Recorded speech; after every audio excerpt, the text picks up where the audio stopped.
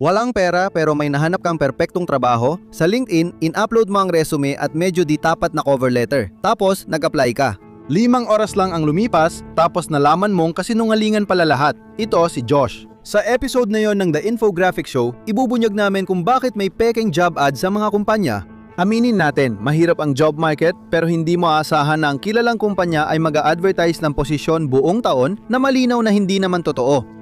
Gayunpaman, milyon-milyon ang nabibiktima nito bawat taon. May ilan na nagpo-post ng peking job ads dahil sa takot mawala ng empleyado at gusto lang may reserbang aplikante.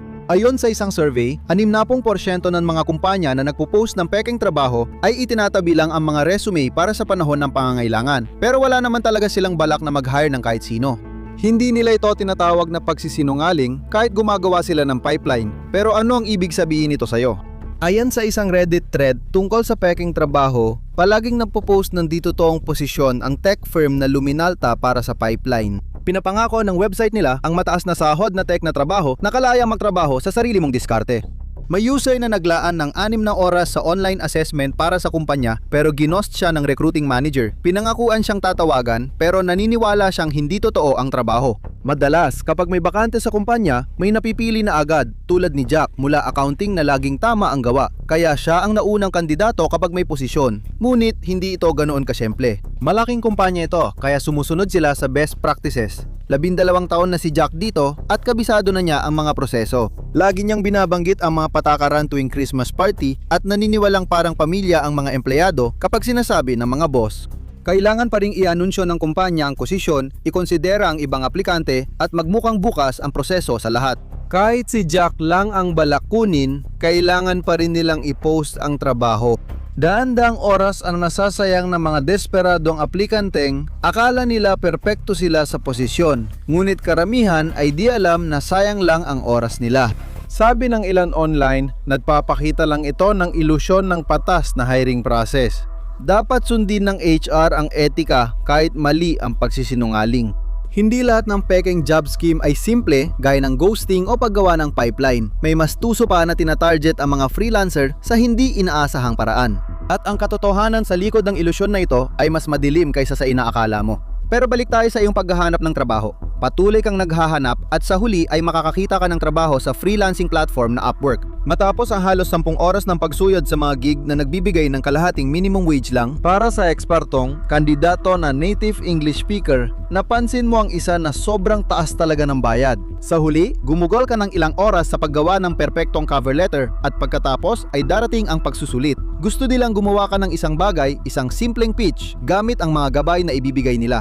Yun pa lang ay isang buong araw na ang kailangan, pero parang iyon lang talaga ang gusto nila. Pagkatapos mong makakuha ng interview, dun mo lang mararamdaman na sulit lahat ng hirap mo. Isang mabait na recruiter ang nakausap mo ng mahigit 1 oras at halatang impressed siya dahil sinusulat niya halos lahat ng sinabi mo. Yung mga ideya mong pampabuti ng kumpanya at mga estratehiyang madaling pagkakitaan, akala mo panalo ka na, pero hindi pa doon natatapos ang kwento. May madilim na bahagi na di mo makikita hanggat huli na. Minsan, di rin alam ng recruiter na ginagamit lang sila sa sistemang naglalayong makakuha ng libreng trabaho habang ikaw ang lugi. Matagal mo nang gustong mapasama sa team at pinag-isipan mo ito. Handa ka na sa pangalawang interview, dala ang mas maraming ideya at estrateya. Hindi siya magsawa sa'yo, tapos bigla na lang, wala na, hindi mo na siya narinig ulit, ni hindi man lang siya sumagot sa mga mensahe mo. Sa langguwahe ng industriya ng peking trabaho, na-ghost ka na niya. Lumipas ang ilang linggo, binisita mo ang website ng kumpanya at nagulat ka. 2 sa ideya mong pagkakakitaan ay kinopya ng recruiter. Hindi ka makapaniwala. Gusto mo sanang gamitin ang mga ideyang yon para sa negosyo mo, pero ngayon, mas kailangan mo ng sahod. At yung test na ginawa mo, nakapaskil na ito sa website, bawat salita pareho. Isa lang ito sa libo-libong ganitong kwento. Mas karaniwan ito kaysa akala mo, kaya tinawag na The Great Interview Heist. Kinukuha ang mga ideya, estratehiya, solusyon at pati trabaho. Kinukuha ng mga kumpanya ang gawa ng tao tapos hindi kinikilala o binabayaran. Ganito ang nangyari sa isang arkitektong nagbahagi ng kwento online.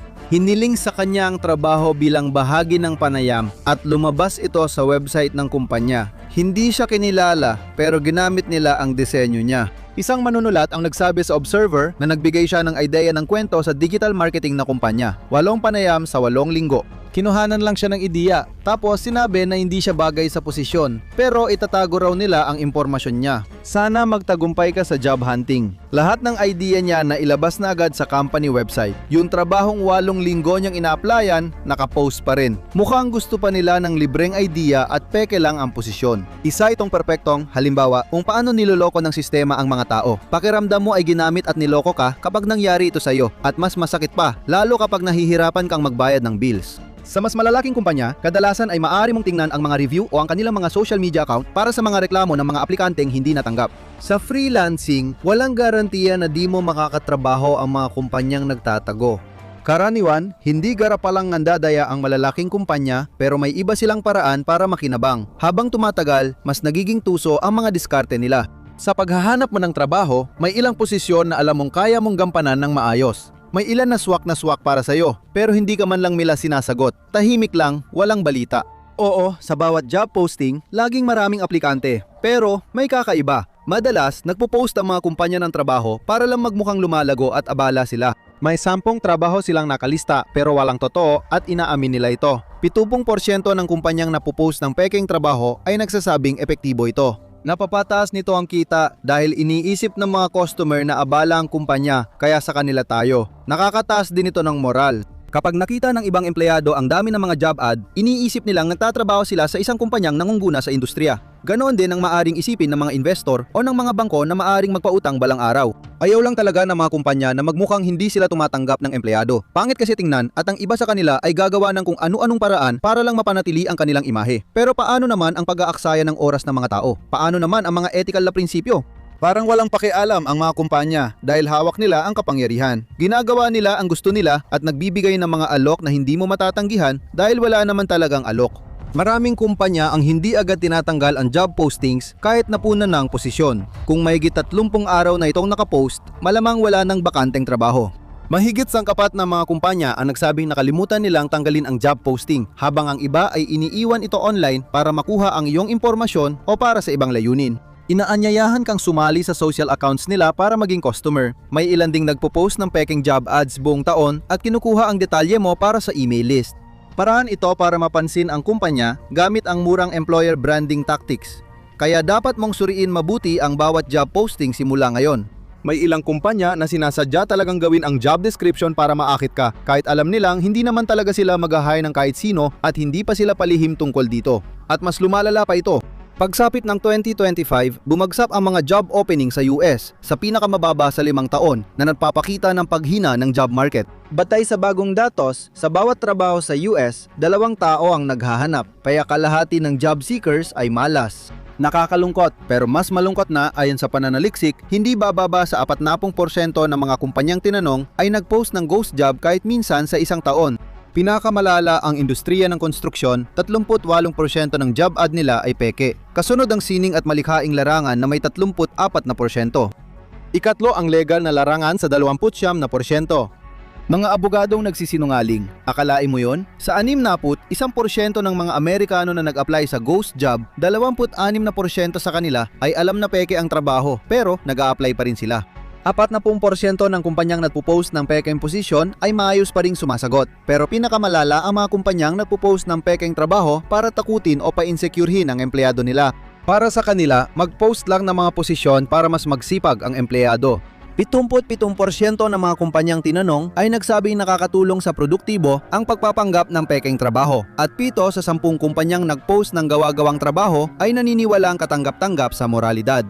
50% ng kumpanyang kasali ay nagsabing napopost lang sila ng 1 hanggang 5 pekeng trabaho kada taon. Ngayon, maraming kumpanya sa US ang nagpo-post ng 75 o higit pang pekeng trabaho buong taon. 6 na buwan ka nang nagsusulat sa mga kumpanya at paulit-ulit nawawalan ng pag-asa. Tinatayang may 1.7 milyong trabaho sa US lang na nakapost sa LinkedIn at pinaniniwala ang 1 sa bawat 5 rito ay peke. Malamang mas mataas pa ang bilang at patuloy na tumataas. Ayon sa pananaliksik ng workforce intelligence company na Revelio Labs, nung bandang 2020 mga walo sa bawat 10 trabahong nakapost online ay nauuwi sa totoong pagkuha ng empleyado. Pero may nagbago pagkatapos noon. Ngayon, mga 4 sa bawat 10 na lang. Milyon-milyong tao ang araw-araw nasasayang ang oras sa peking trabaho. Epidemya na ang pang-aabuso sa industriya, pero patuloy pa ring sinasabi ng mga kumpanyang ito ang tungkol sa corporate social responsibility. Kung mahalaga talaga sa kanila ang social responsibility, dapat hindi sila manlinlang. Sa susunod na mag-scroll ka sa LinkedIn, mapapansin mo na ang mga dati mong di nakikita na pattern. Mapapaisip ka kung ilan sa mga perpektong trabaho ang patibong lang. Huwag magpaloko. Ngayon, tingnan mo ang mga pinaka-epikong paraan kung paano nag-resign ang mga tao sa kanilang trabaho, mga nakakatawa at totoong kwento, o i-click mo na lang ang video na ito.